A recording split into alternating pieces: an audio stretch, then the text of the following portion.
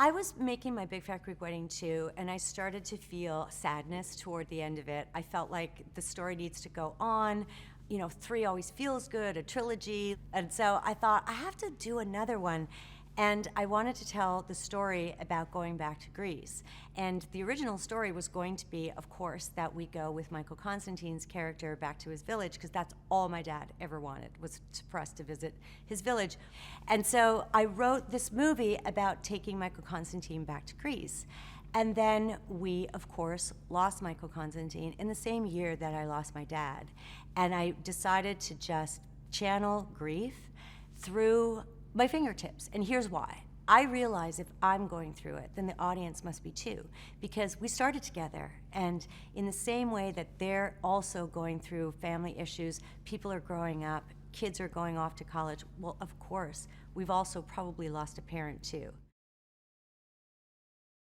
I wanted to pay homage to parents because I think in the familial journey that we are all on, you start as a child, and then you start to parent your parents, and then eventually you have to become the parent. We all have a family unit and how it grows and evolves. And so I wanted to pay tribute to Michael Constantine because everyone's got a Michael Constantine story. He's funny. And it's hard for me actually to even speak about him in past tense because he's so much a part of us. I've vacationed in Greece for years and years, and then I get this outlandish idea that we're suddenly going to make a movie taking the Big Fat Greek family back to Greece. And so I wrote the script thinking, there's no way they're gonna let me do it. Suddenly we're in Greece and we're there and we're scouting locations. And I was sending the cast pictures and images of like, we're gonna film here and this set is available to us and this is the village that's, its architecture matches this set that we're going to build. And I just was telling them things, but I did not expect it to come to fruition until the day I saw everybody in dance rehearsal. And that's when I realized we're doing it. We're actually making this movie, and everybody's here in Greece, the homeland. I'm glad that I took the plunge to direct the third one. I do know that the creative producers had wanted me to direct the second one, but I didn't feel that I was ready, even though I had been in the editing room on the first movie, in with the orchestra recording the score on the first movie and the second movie. I'm just, you know, I'm always there watching and learning and asking questions. Gotta ask a lot of questions. And the producer, Gary Goetzman, said, you know what the difference is between him and you? He pointed to the director on the second one, and he said he thinks he can do it.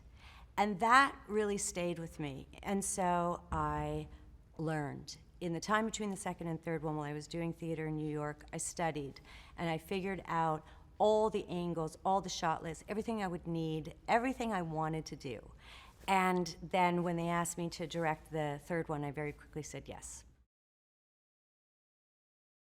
I did a 3-part process of preparation. I prepared the script. As the writer, I went through numerous rewrites, and I took every note into consideration from the studio because they're wonderful partners. And I wanted to create a movie that we could all be invested in. And also, studio executives read a lot of scripts, and they can spot ideas that might not have been filled to fruition, where they should go. So I made sure to absolutely have a script that was in shape. To prepare for the role of Toula, I watched the first 2 movies. I tried to match the voice. The way I write is from a place of motivation. In every single scene, I ask myself, what does this character want? What does that character want? So throughout the entire movie, I went back through the script and I asked myself what I wanted in every single scene.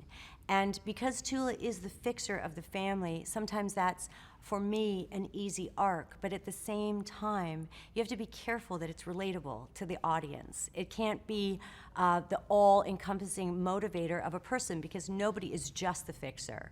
They're also this part and this part, and they have multifaceted parts of their character. For directing, I did shot lists, copious amounts of shot lists with Barry Peterson. We went to locations, we looked at the sun, we charted where it would be. I created what I thought the scene would be. He would ask me, who is the most important character in this scene, and then we would begin to build a multi-camera shot list. We went to this town and it was very quiet, only 20 inhabitants, just like the scene when the family arrives in the village. And we were walking around and I said to Barry, you know what I really need? For that scene when we're looking down from the rooftop, I would love to have a vantage point, top of the village looking down. And we're looking and we see a church spire, but I'm telling you, it had a rickety balcony around it, and I was like, oh, yeah, this is where it ends. No, we're not climbing that thing. We have 20 crew members with us, and we're walking around looking for where can we go up high, whispering in this town, and this man appears here, like right here, and he goes, Nia Vardalos. And I go, yes, hello, how are you, sir? And he says to me in Greek, are you looking for a high up point? And I say, yes. And he goes, come to my house.